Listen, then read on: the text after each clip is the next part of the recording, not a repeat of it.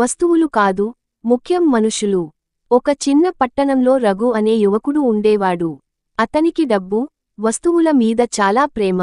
మంచి మొబైల్, ఖరీదైన బైక్, పెద్ద టీవీ ఇవే అతని జీవిత లక్ష్యాలు. మనుషుల కంటే వస్తువులే అతనికి ముఖ్యమని అతని ప్రవర్తన చెప్పేది. ఇంట్లో తల్లిదండ్రులు ఉన్నా, వారి మాటలు వినడానికి అతనికి సమయం ఉండేది కాదు. ఒక రోజు రఘు కొత్తగా ఖరీదైన మొబైల్ కొనుగోలు చేశాడు.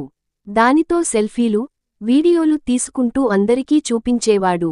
అదే రోజు అతని పక్కింట్లో ఉండే వృద్ధుడు రామయ్య అబ్బాయి అనారోగ్యంతో పడిపోయాడు. సహాయం కోసం రఘును పిలిచినా, ఇప్పుడు బిజీగా ఉన్నాను అంటూ అతను నిర్లక్ష్యం చేశాడు. కొన్ని రోజులకు రఘు బైక్తో ఆఫీస్కి వెళ్తుండగా, అకస్మాత్తుగా ప్రమాదం జరిగింది. బైక్ పాడైంది, రఘుకి గాయాలయ్యాయి.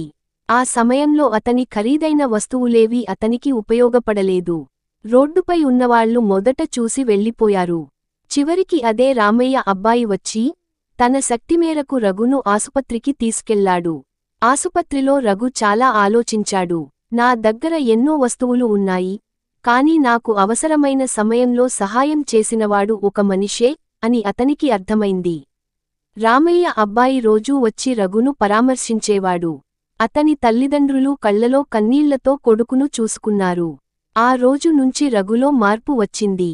అతను వస్తువుల మీద ఉన్న అతి మక్కువను తగ్గించాడు. తల్లిదండ్రులతో సమయం గడపడం, పక్కవారికి సహాయం చేయడం ప్రారంభించాడు. ఖరీదైన మొబైల్ కంటే ఒక మంచి మాట, ఖరీదైన బైక్ కంటే ఒక సహాయక హస్తం ఎంత విలువైనదో తెలుసుకున్నాడు. అప్పటి నుంచి రఘు అందరికీ ఒకటే మాట చెప్పేవాడు: వస్తువులు కాదు, నిజంగా ముఖ్యం మనుషులే. నీతి: మన జీవితం విలువైనదిగా మారేది వస్తువులతో కాదు, మనుషులతోనే.